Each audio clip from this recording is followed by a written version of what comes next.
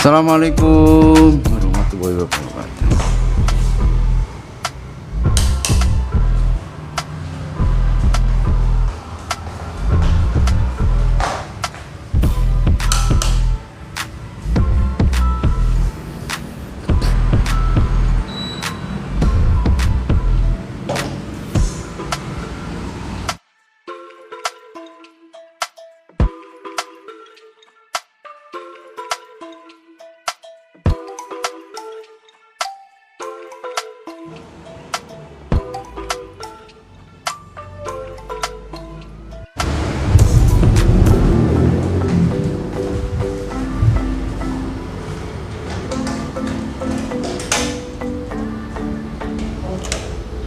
Sometimes I say that I want you back, but I don't know if I do.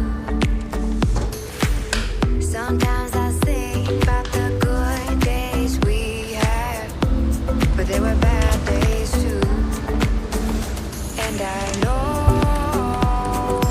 love is like the phases of the moon. And I know you would say I gave up way too soon. So it's gone, now we both moved on. Oh, that's la la life, that's la la life. Baby, let it be, enjoy the memory. Oh, that's la la life, that's la la life.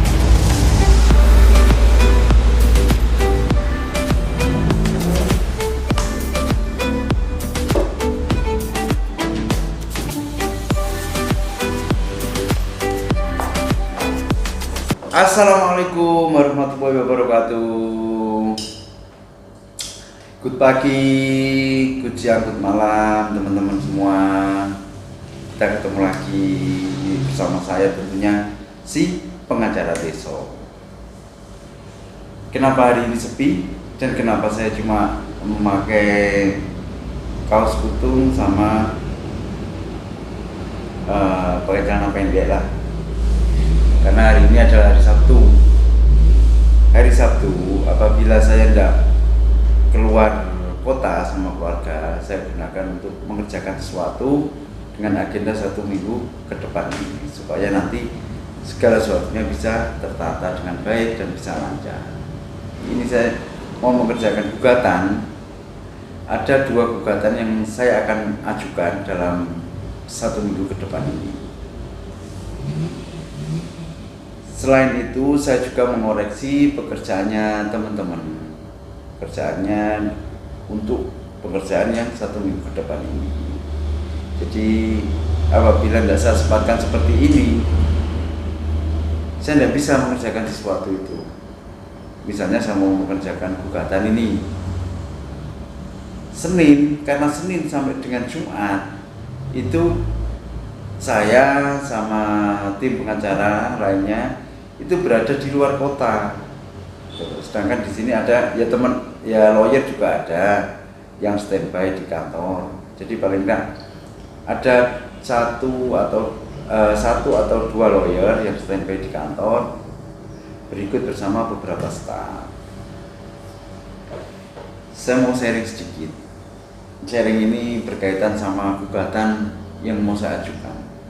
Gugatan yang mau saya ajukan ini kan ada dua. Yang saya mau cerita satu saja tentang kronologis perkaranya. Karena gugatannya perkaranya nyeleneh sih, unik gitu loh. Maksudnya seperti ini. Saya ilustrasikan saja ya, Klien saya menjaminkan rumahnya kepada salah satu koperasi. Utang piutang dengan jaminan itu nilainya sebesar Rp4. Akan tetapi nilai rumah klien saya adalah 10 kali lipat. Katakan di sini nilainya adalah Rp40. Utang piutang tersebut jangka waktunya adalah 1 tahun. Berjalan seiringnya waktu, 3 bulan kemudian utang tersebut sudah berbunga menjadi 10%. 6 bulan kemudian itu berubah menjadi 20%. Utang beserta denda beserta bunga. Jadi diakumulasi seperti itu. Kemudian untuk yang bulan ke-9,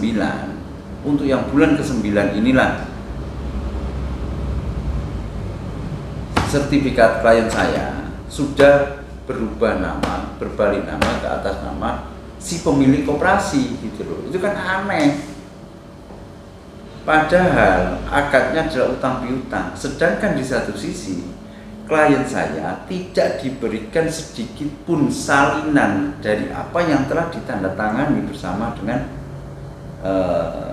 suaminya. Dia minta salinan, tidak dikasih. Minta ke notarisnya sendiri juga tidak dikasih pada waktu itu ya. Terus kemudian berjalan seiringnya waktu, utang tersebut sudah menjadi 1 tahun. Tiba-tiba ada 10 orang yang datang ke rumahnya klien saya. Dia merusak apa dan sebagainya. Tapi ternyata selain merusak, dia juga memasang banner, memasang spanduk rumah dijual. Klien saya langsung berontak, saya tidak pernah menjual rumah ini kepada siapapun. Tapi kalau ini saya jaminkan kepada koperasi tersebut, iya, tapi saya tidak menjual. Akhirnya dari 10 orang ini menunjukkan bahwa sertifikatnya sudah berubah, sudah balik nama ke atas nama si pemilik koperasi. Terus kemudian klien tersebut datang ke kantor kami dan dia menyampaikan seperti itu. Sedikit pun, satu pun berkas waktu itu klien saya tidak ada sama sekali. Sampai sekarang berkasnya sudah sampai setebal ini.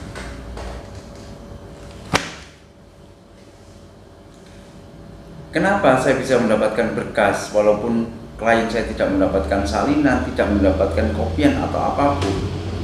Awalnya saya mengajukan permohonan dulu kepada notarisnya. Kenapa ini sampai bisa berbalik nama? Kenapa klien saya tidak dibacakan pada waktu itu? Kenapa klien saya tidak diberikan salinan aktenya? Terus sesuai dengan undang-undang jabatan notaris, saya sampaikan semua bahwa hal ini saudara berkewajiban untuk memberikan salinannya karena klien saya adalah para pihak. Ternyata setelah saya mendapatkan berkas ini, sedikit pun tidak berbicara mengenai utang piutang. Otomatis saya merasa jengkel sama klien saya. Ini tidak ada utang piutang Pak, sedikit pun Pak. Pada waktu itu bagaimana? Akhirnya diceritakan, tidak dibacakan dan tidak mendapatkan salinan. Dan dia bertanya sama salah satu yang ada notaris di situ pada waktu itu yang menyodori berkas ini. Notarisnya menyampaikan ini adalah syarat supaya utang piutang tersebut bisa dicairkan, bisa direalisasikan dengan segera. Dari perkara ini saya akan mengadakan press release. Supaya apa? Supaya tidak ada korban-korban lainnya. Karena saya sudah menelusuri, ada 5 korban, tapi mereka semua sepertinya sudah tidak berdaya lagi. Dikarenakan itu sudah lama, benar-benar terjadinya sudah lama. Dan yang bersangkutan cuma dikasih uang berapa rupiah untuk meninggalkan rumah yang ditempati. Kenapa saya mengadakan press release? Karena supaya selain untuk supaya tidak ada korban-korban lainnya, juga untuk mengedukasi bagi masyarakat yang kurang paham supaya lebih waspada apabila utang piutang, maka sudah sepatutnya dan sudah selayaknya dilakukan di depan notaris apabila dengan jaminan, maksud saya dengan jaminan benda tidak bergerak seperti ini, sertifikat hak milik lah. Dan notaris tersebut harus berkewajiban untuk membacakan dan untuk memahamkan para pihak bahwa ini adalah berkas utang-utang apa dan sebagainya, sanksinya seperti ini. Apabila saudara berprestasi maka akan dikenakan denda apa dan sebagainya. Tapi ini tidak ada kaitannya dengan utang piutang tersebut. Kenapa? Karena berkas ini bukan berkas utang piutang, tapi dari awal memang niatnya si koperasi tersebut adalah untuk mengalihkan rumah si klien saya ini yang punya utang cuma 4 rupiah, sedangkan appraisalnya adalah 40 rupiah. Kan jauh, spare-nya kan nggak terlalu jauh. Berkas ini yaitu berkas ikatan jual beli lunas, surat kuasa untuk menjual, kemudian surat pengosongan, dan satunya lagi akte jual beli. Tapi untuk notarisnya ini ada 2. Untuk notaris yang pertama cuma ikatan jual beli lunas, kemudian surat kuasa untuk menjual, dan juga surat pengosongan. Jadi supaya nanti masyarakat, publik bisa lebih waspada. Ini manfaatnya kita akan